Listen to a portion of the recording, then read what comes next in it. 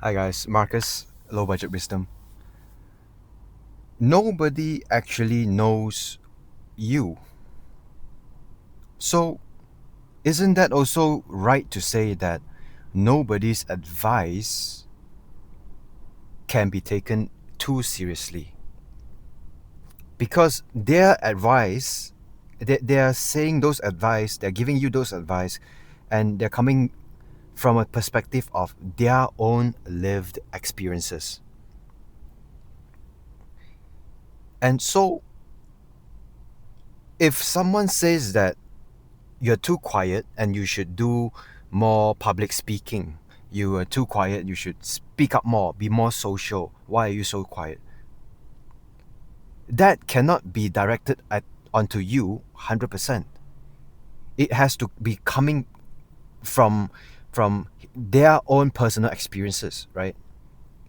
They are giving you that advice and telling you that you are too quiet, you should socialize more, you should do this, you should do that, you should, you should not do these kind of things, you should do it this way, you should do it that way. But we often take it as a judgment, and then we feel defensive when people give us advice, especially unsolicited advice, right? It comes out of nowhere, and then whoa, we take offense to that. But we often fail to make sense of these unsolicited advices as a form of projection from their own personal experiences. And you can also think of it this way: when someone tells you you're too quiet, you're too loud, you're too something, right? We fail to think, what if you are too loud? You are judging me for being too quiet, right? I don't socialize enough, right? What if you're the loud one? What if you never stop talking? What if you need to shut up more, right? Not saying it in an offensive manner, but you get the idea, right? Or uh, overthinking, right? Ever heard this one? Some people give you advice. Hey, dude, I think you are overthinking it. You're an overthinker. Stop overthinking so much and just do it. Just do it. Right? Go get it. Go getter attitude. But we fail sometimes we fail to ask ourselves, wait a second. What if this person doesn't think enough? What if this person goes into every single thing without thinking through the consequences, without thinking through what's the direction I want to move towards, and then they just jump into it, right? Instead of all these dualities of life, right? What if we care about ourselves more than we care about others, in the sense that we watch ourselves? Why we have these kind of judgments towards other people? Why do we feel the need to have to judge other people based on you are too quiet, you should speak up more?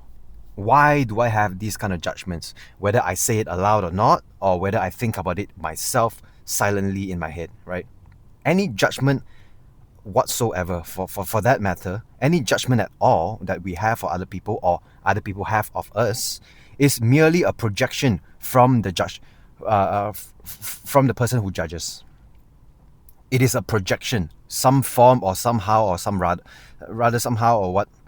It is a projection, a voice inside us that is projecting something else that we think and we deem undesirable. So we project it onto another person, and so that we can feel better about ourselves. But if we don't have a judgment for ourselves, then we naturally would not have judgments of towards other people. If I don't think I am overly noisy, and if I don't think that I'm overly quiet and unsociable and antisocial, then if I am balanced, if I'm confident, and if I'm comfortable with myself, then I would naturally not find a need to have to, you know, call up other people's names. I wouldn't have the need to to give advice that is polarizing, right? Polarizing, that's the word. I wouldn't need to be polarizing. I wouldn't have to say, oh, you're this, and I'm that. I'm different from you. I'm the opposite of you. I wouldn't have the need to do that. So a lot of it stems from trauma for a lot of us. A lot of it stems from, you know, belief systems that we have incorporated into our lives ever since we're young, and then we just let it run until today.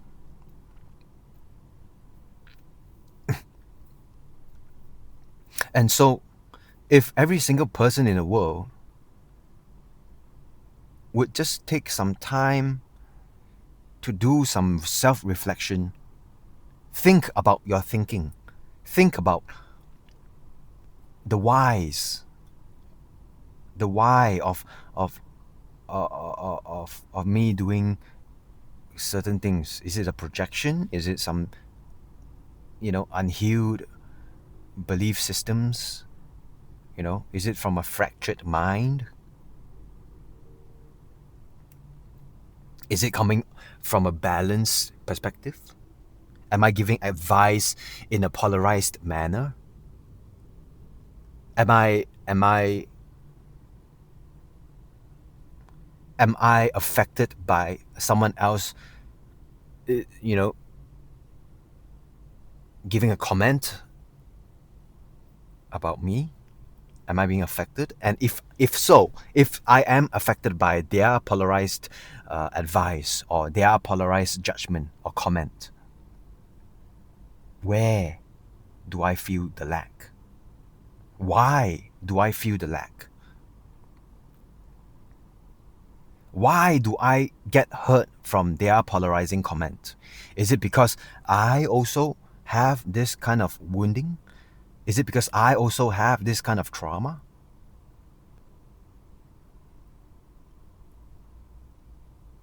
And sometimes the people that affect us the most, whether positively or negatively, they are there for a reason, either to reinforce what makes us feel alive and passion, or they're there to remind us of the things that we have not yet healed. Their purpose may be there to bring up things that we have not yet seen through, to bring up things that we have not yet wanted to deal with. And so now they have been set in our life path to come up at certain moments in time, under certain circumstances and environments. It could be a family member, it could be a friend, it could be a girlfriend, a boyfriend, a wife, a husband, your kids. It could be anyone. The universe can use anyone. Your seniors, people on the same level, your peers, people below you, your subordinates, your children, your grandchildren, anyone at all. The universe can use anyone to bring out certain hidden traumas or certain hidden insecurities or certain hidden, energies involved, belief systems involved, and they will challenge it, not consciously, but rather most of the time unconsciously.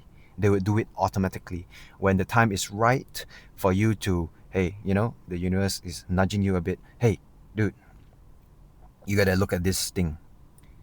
Right? I'm gonna send someone to bring this out of you.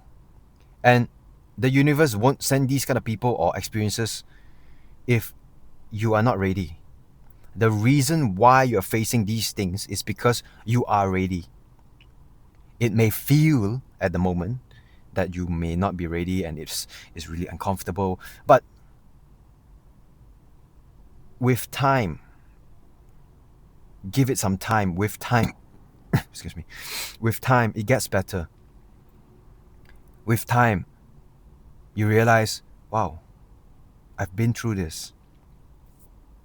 In hindsight, you'll be proud of yourself, right? So leave it up to grace, leave it up to God. There's a Chinese saying, Wu Wei, you know, flow with it. What comes, you accept it with grace, and then you do what you are able to do at the moment. If there's nothing that you can do at the moment, then just do nothing. Doing nothing is also doing something, right? Sometimes patience is really truly a virtue. Just like the samurai doesn't swing his sword, his katana, every moment he has the chance to do so, even though covered in smoke. But instead, the samurai waits patiently in the smoke screen, right? He can't see anything, so he doesn't just slash away. He doesn't just the samurai just doesn't just slash away, haphazardly, without direction. He waits, keeps the katana sheathed, close the eyes, calm his mind down. And then when he feels the time is right, listening to intuition, listening to his heart, right? When the time is right, the enemy appears from behind the smoke before he even sees the enemy with his two physical eyes. He feels the time is right, unsheathes his katana, one slice of the blade, the enemy falls, right? So sometimes not doing anything, retaining your energy for the right moment, that is part and parcel of the process. That may be just as important as doing the action, doing the work, right? And I'm sure you will know exactly what you need to do at whatever moment. Have faith in God, have faith in the timing of the universe. The universe, birthed you from your mother's womb. I'm sure the universe knows what it's doing. I'm sure there are guides around you, spirit guides or whatever, universal energies or ancestral energies. They will guide you through this whole process of life, right? It may feel difficult to this personality that you are currently in, this body that you're currently in, right? Everybody, we have our own makeup, genetic makeup, our own preferences, our own quirky characteristics, right? Personalities that are different from each other. But that is what our personal makeup is intended for. That's our what we came here to experience in your body. That's what you came here to experience. In someone else's body, that's what they came here to experience. So it is not I'm better than you are better than him, he's better than me. None of that.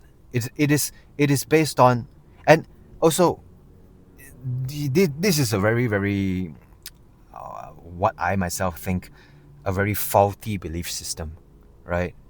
I am my own competition. You're not competing with yourself. Some people on social media or whatever, they talk about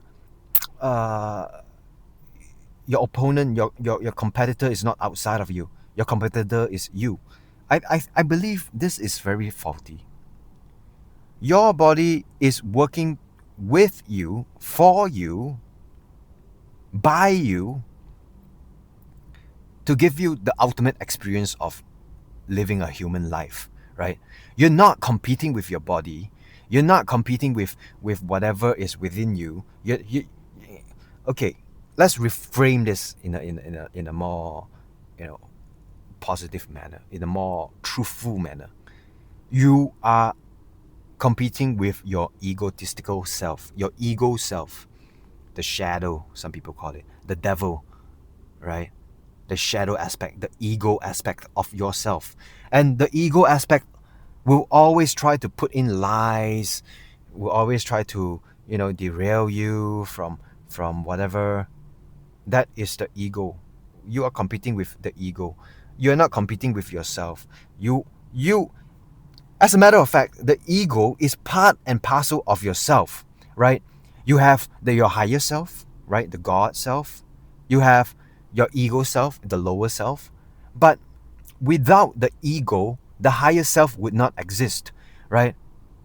If everything is the same color, then if everything is yellow, then nothing is yellow. We need contrast. If everybody in the world is like a saint, is a Buddha, everybody meditates in the world. They are highly enlightened, highly, realized beings. If everybody in the world is a Buddha, then nobody is a Buddha. The concept wouldn't even exist. It would just be, oh, that's just another person.